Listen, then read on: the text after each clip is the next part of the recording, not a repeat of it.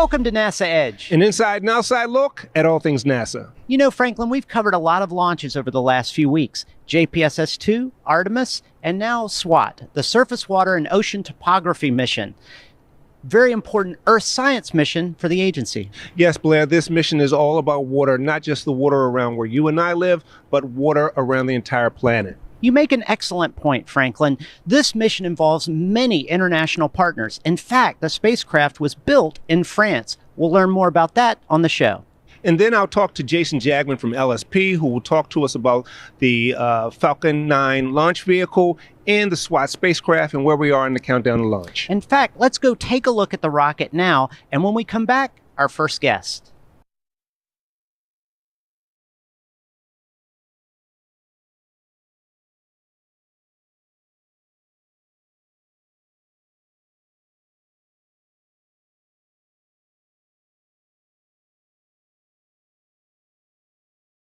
Joining us now is Tahani Amer from NASA headquarters. Tahani, thanks for being on the show.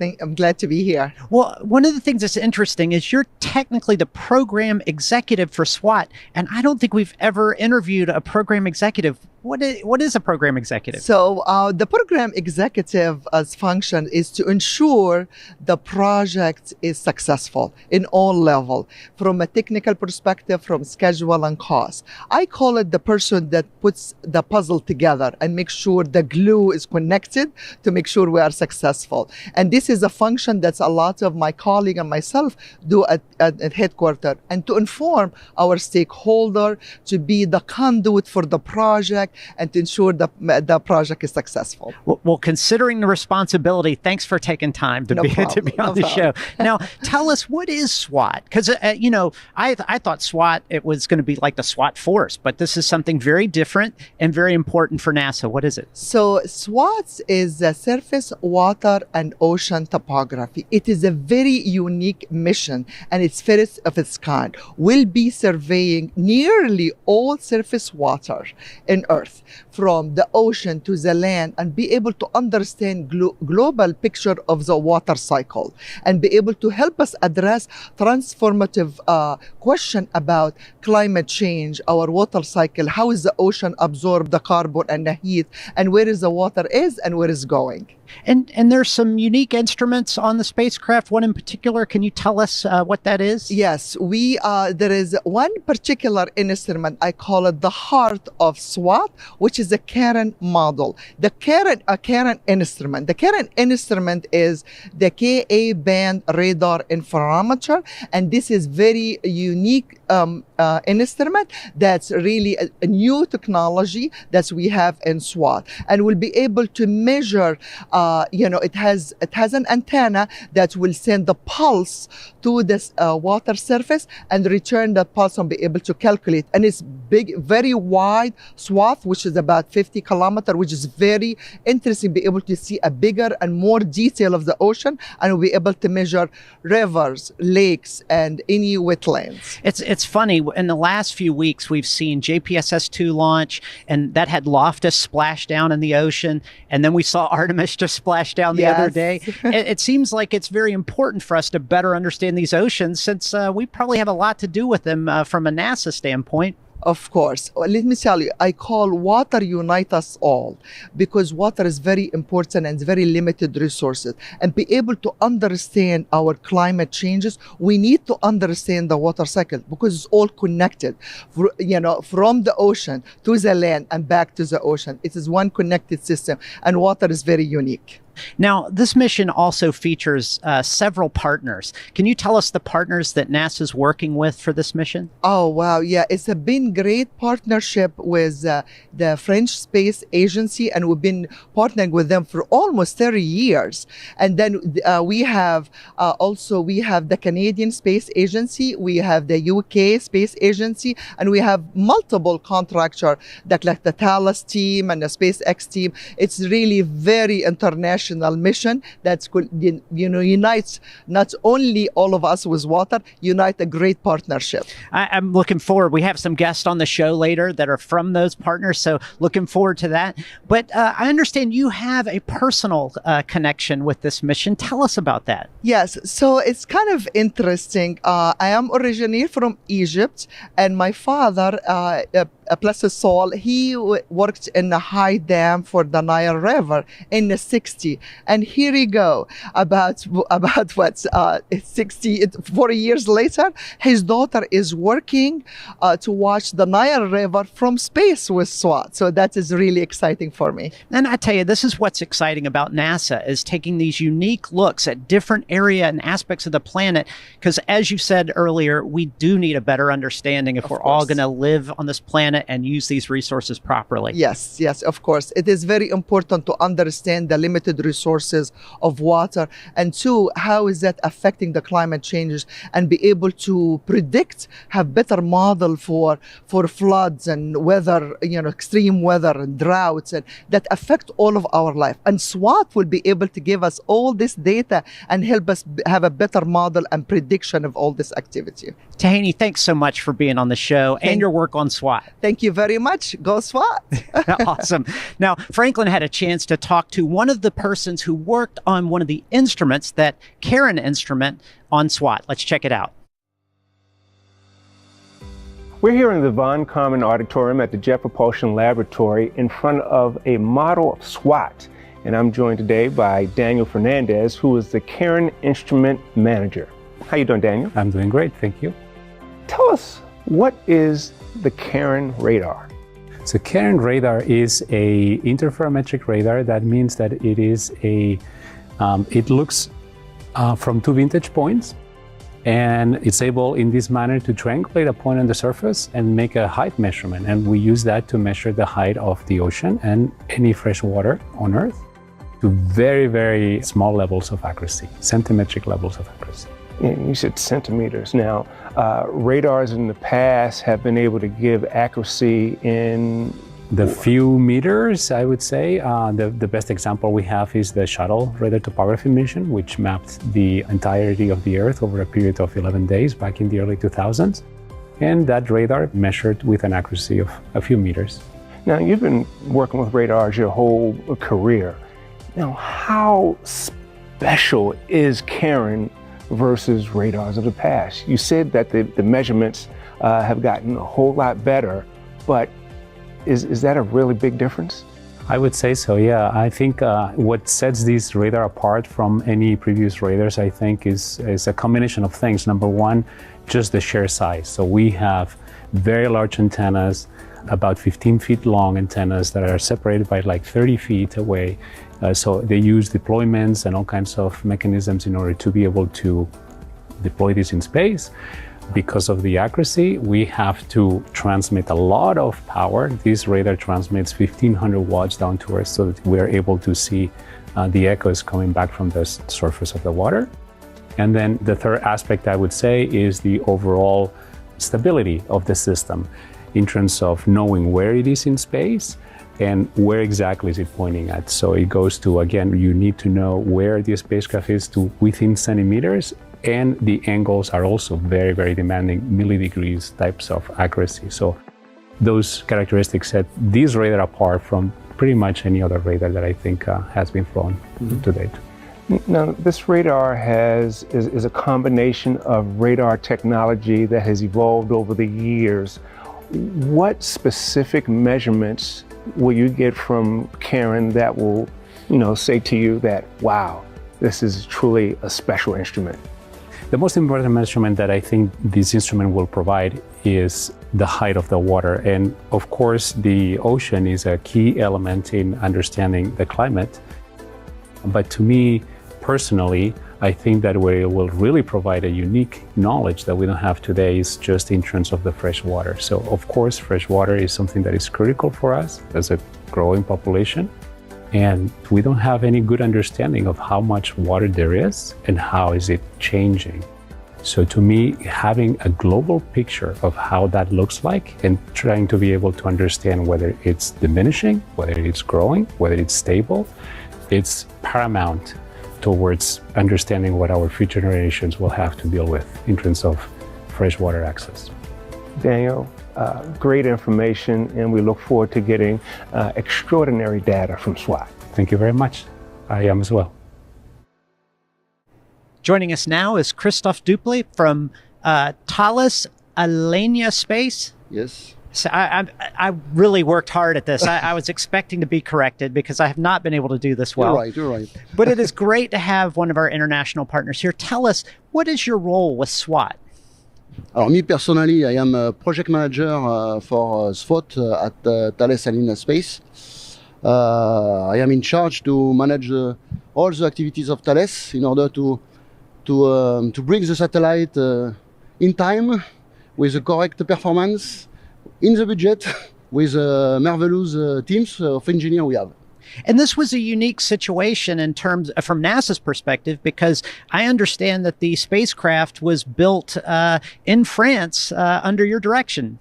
Yes. So Thales Alenia Space has a major role in SWOT. We are the main industrial partner. In fact, we design, manufacture, and build the platform. What we call the platform is a service module, which will give all the function to the payload in order to make the mission possible, like power, propulsion, avionics, guidance, telecommunication with the airs. And so after that, we receive the payload in Cannes in June 2021. And after we met the payload on the platform to make a spacecraft, and we are in charge of all the AIT is assembly, integration, and test of the spacecraft, including the launch campaign. Now, one of the things I'm wondering, obviously you had some folks from NASA over there helping during that process. So what were some of the big challenges of getting SWOT ready for launch? The first one was to make work together 3 different entities with a different culture, different way of process, different way of working. There was GPL, CNES, and Thales Alenia Space. So the first challenge was to make all the people ready and in the same direction to make the integration of spacecraft and deliver in times. The second challenge was COVID. Yeah, of course. So the COVID was complicated. So during our integration of platform, and again on the other side, on GPL side, there was COVID during the integration of payload. It was complicated to be in time. And after, when we have mated, it was some special procedure to apply. It could be make the planning difficult, but we succeeded. Tell us a little bit about how it is to work with so many different partners on a mission like this, from NASA to our European Space Agency partners and all the others that have participated in this. Yes, well, for Thales Alenia Space, it's a long story on oceanography with CNES and GPL. It started in 1992, I think, with Topex Poseidon, and we built JASON 1, JASON 2, JASON 3, and yes. It's now SWOT. It's on the same schematic and organization with 2 main agencies, NASA, GPL, CNES, and Thales Alenia Space. Awesome. What a complete picture of this mission. A lot to do, a lot of important things going on. Thanks so much for being on the show, Christophe. Thank you. I had a chance to talk to another team member from SWOT earlier at JPL. Let's check it out. We're here at NASA's Jet Propulsion Laboratory with Nasser Shahat, who's the payload systems engineer for SWOT. Nasser, tell us what it means to be the payload systems engineer. What does that involve? So the payload system engineer needs to understand all of the interfaces within the payload itself, so across all the instruments, and also with the bus, which is a subsystem delivered by our partner, Thales and CNES. When we actually assemble everything, it's very critical to understand all the interfaces, all of the fault protection that are being implemented. That was a big part of all of the qualification that we did actually in France. That's finding all potential issue that we could have, or even better, avoiding any potential issue we could have when we integrate both of them. And of course, that's more challenging when you are dealing with an international partner and people from different backgrounds. How was it to work with your international team? It was actually great. We had a very nice experience. It was about a team of 10 to 15 engineers being there at the same time, working all together every day. We had very, very long days sometimes, especially during TVAC tests. We became very, very close for that reason. Some of them didn't even know each other, even though we've all been working for more than 10 years on this project. So it was very great to actually being on the same site all together, working with partners that comes with new challenges, the difference of cultures, different rules that we have to follow. So it's different. Not to mention the language barrier. How did you guys handle two different languages? Yeah, so actually I'm French, so I can speak French, so that was That's not really cheating. a barrier. Exactly. So there was a lot of very funny, at the beginning at least, when we were still here. They will speak sometimes in French, not knowing that I was French, and then I would jump in and say, yeah, actually the answer is that, before they would even ask in English. So that made some stories. But I guess at the same time, that is a real advantage, and sort of, since you are working together so much, breaking down those barriers that might slow you down. Yeah, absolutely. It's that sometimes, I mean, when I say differences of culture, it's also the different languages. So it's not always easy for us or for them to say it in a different language, especially technical conversation. So it's nice to have the ability to tell them, oh, maybe you want to say it in French, and we'll see if we understand better. That happened more than once, and that worked out very well. Awesome. Now, did you work on any specific element of the spacecraft along the way? Yeah, so I had actually many roles over the 10 years on SWOT. I started as the antenna engineer for telecom. So we developed a new antenna that allows to do a high data rate communication, 620 megabit per second with a low gain antenna, which was quite a challenge.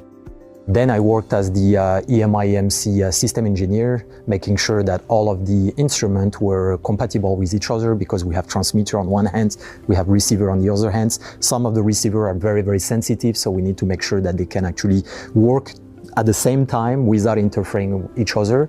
Then I worked as the product delivery manager for the high power amplifier on the carrying instrument, which was a whole beast on its own. And then my final role, which is my current role, which is payload system engineer, and I'm also the cognizant engineer for the payload. I guess a better question would have been, what didn't you do on SWOT? I didn't do a lot of things. Obviously, it's a teamwork with a lot of talented people working on a project, and that wouldn't be possible with all the talents that we have here at JPL and also our abroad partners. Joining us now is Christine Jabara, as a mechanical engineer for SWOT. Christine, thanks for being on the show. Thank you for having me. Well, I got to tell you, I've talked to a lot of different people from SWOT today, lots of different companies, different partners and things like that. But you have worked with this team for a long time. Tell us about your experience working on SWOT, in particular over in France when it was being assembled. Absolutely. So I've been working on the project for years now, and I've been lucky enough to work on a diverse and large team at JPL and across the ocean in France to assemble, build, and test SWOT in various capacities. We've gone through vibration testing, thermal vacuum testing, electromagnetic interference testing, and helped set up the satellite to go through those tests successfully and dealt with all those problems. It's almost like it's easier to answer what you didn't test. We've tested everything. I mean, it is kind of amazing, all the steps you have to go through in this process. And I'm wondering, if you were over in France, how was it dealing with the language barrier and cultural barrier? Actually, it was really interesting, and it added a new layer to our work. We got to see how the French build satellites, how our partners build satellites, and we got to bring our own processes over there and collaboratively figure out the right way to test SWOT and make sure it'll work once it's in space. And of course, all this happened in the midst of a pandemic, which added challenges. How did you guys handle that? Well, it added a new layer of complexity to working in a clean room. Before we went to France, actually, I was doing operations in a clean room with our technicians, but we were working on hardware that the French have contributed a lot to. So actually, we would get on Zoom, we would get on a web conference with them, and we'd be working on the satellite, and they'd be watching with a camera. And there was actually a time where we were installing a thermal blanket, and it was a French thermal blanket that they had designed, and if the pandemic hadn't happened, they would have been there to install the thermal blanket, but we were working with them to do it over the course of the pandemic. And they had a paper doll in France to assemble it, and we were in the clean room, and we had some very skilled technicians also assembling it, and collaboratively we were able to get that thermal blanket installed. What's amazing to me about a situation like that is just the ingenuity you have to all of a sudden tackle what would be, I don't want to say a simple procedure, sure, but one that could more easily be handled by those installing it, to now having to do it remotely. And I got to imagine that was at least a little more stressful trying to get things done. It was a little more stressful, but really it just required us to understand each other's designs and systems that much more. And once we were in France, it was actually great because we'd already built relationships over the course of the pandemic, and working in person was that much smoother. Wow, it's really impressive. And then, of course, you guys packed up the spacecraft and you've been over here, but you didn't stop work once you got here. You had to sort of check things out here as well, right? Absolutely. So we were in France for a little over a year, and now the whole team came over here. And for the last few months, we've been doing the final last checkouts, crossing our I's and dotting our T's, and putting the satellite on the top of the rocket. How was it for you after transporting the satellite over here, wondering like what could have happened during transport? I mean, you had to. I know you were prepared for it, but Sure. it had to provide some anxiety. Yeah, absolutely. We put the satellite in a box after a year of careful testing and assembly, and then you want to make sure that it comes out the same way. And I have to say, the shipping container we put it in is an engineering feat of its own. So we spend a lot of time building and testing the satellite, but they also do the same thing to the shipping container. And there's some experts from Thales Alenia Space and JPL and our military that helped get it over here safely. It's funny, we talk about partnerships a lot, but clearly when you think of this kind of effort, it's really clear how important that is to make sure your mission is successful. Now, one thing I wanted to say, I understand you mentioned this, that you've done a lot of testing Sure. with the spacecraft. Can you tell us a little bit about the uniqueness of testing a satellite like this and getting it ready for space? Absolutely. I've done a lot of work on the Karen instrument, specifically on the deployable antennas. And the deployable antennas are 5 meters each in length, and they're designed to work in space. They're not designed to work in a clean room. So we actually do testing. We do all sorts of deployment testing to make sure that they'll work once they go to space. But since we're on the ground, we have to use extra careful ground support equipment to make sure we're handling the hardware safely. And so one thing I've done is I've led what we call the first motion test. And what we do is we do a small deployment of the antenna just to make sure that the whole thing works. Right, like a mini version of the same thing. Absolutely. Yeah. And we've done this in thermal vacuum environments. We've done this in the clean room environment. We've done it at JPL. We've done it in France. And I've been very lucky to be part of the team that does it. And so what's often hard, though, is describing the deployments and showing people exactly the sequence of events. Sure. Yeah. And so we sometimes do a little bit of a dance to put it together. I'm curious about this dance. I understand that you made this dance kind of popular. Absolutely. Oh, I don't know if I made it popular, but when we're in the clean room talking about the different phases of the deployment, we're like, which one comes first? What happens where? Because the antennas are actually so large, we can't test them all together, and they're so large and complex that we can't test it as one system on Earth. All right, I won't provide a music soundtrack for this, but could you demonstrate the dance? Sure. Okay. So can you hold the microphone close absolutely. to me? Yep, I've got it. Essentially, the antennas go to space packed up like this, and then the first two deployments are kind of on each side are the booms or the masts, and so it goes up like that, and then down like that. And so the booms have now deployed, and then the reflectors, and my fingers aren't long enough to do this, but the reflectors actually pop out so you can see my thumb and my pinky right there. And so that's when the DAAs, or the deployable antenna assemblies, deploy, and they're ready to do real science. And not only science, but social advantage. This would be very fun at parties. If you have your SWOT parties, be sure to do the deployment dance. I won't do it for my own personal reasons. I have no rhythm. But fortunately, we actually happen to have animation of this process. Oh, not the great. dance, but the real action of the satellite. Thanks for being on the show, Christine. We're going to take a look at that animation now. Absolutely. Thank you. And when we come back, Franklin will be joined with Jason Jagman of LSP to talk about the rocket.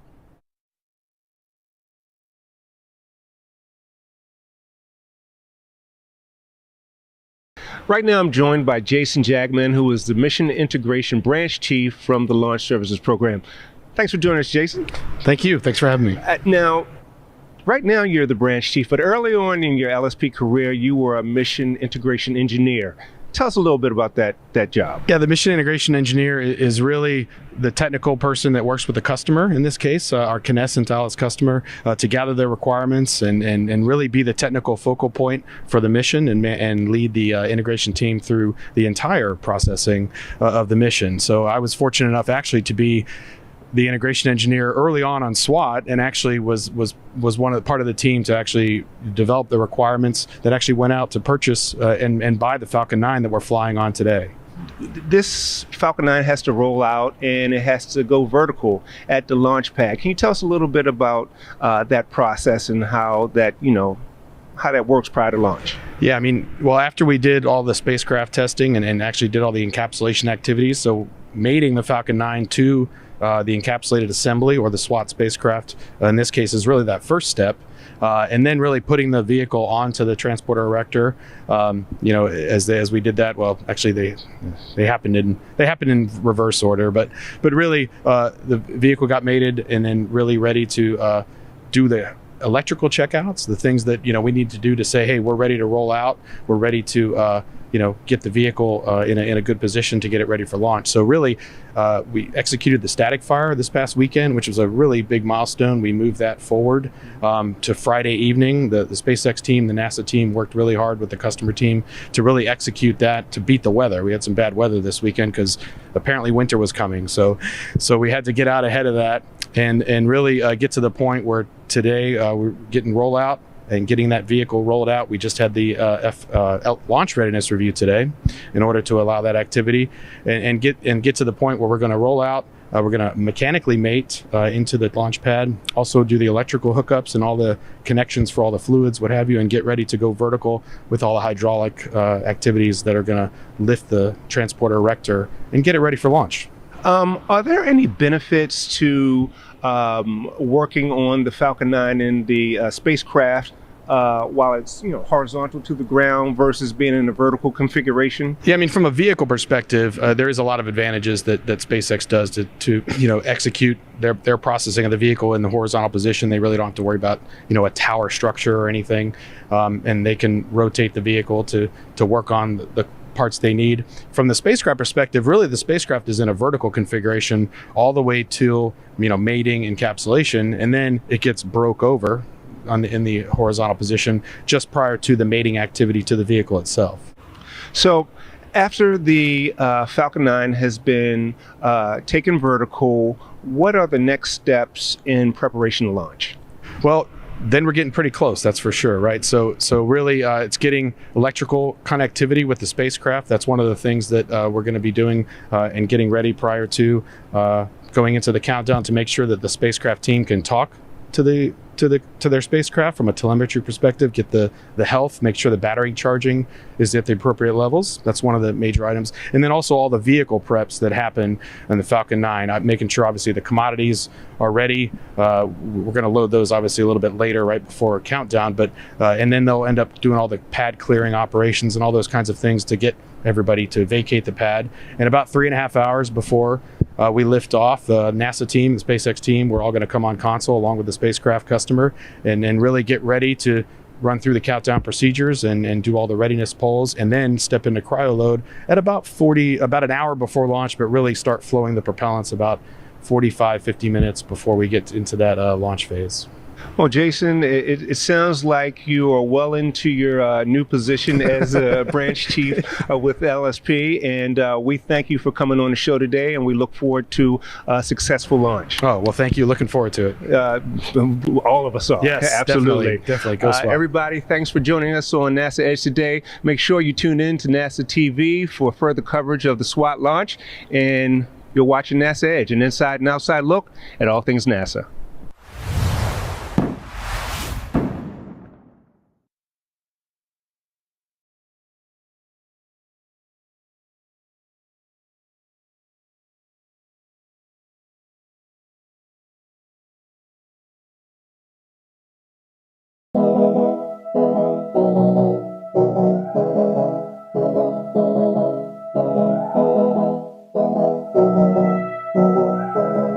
you.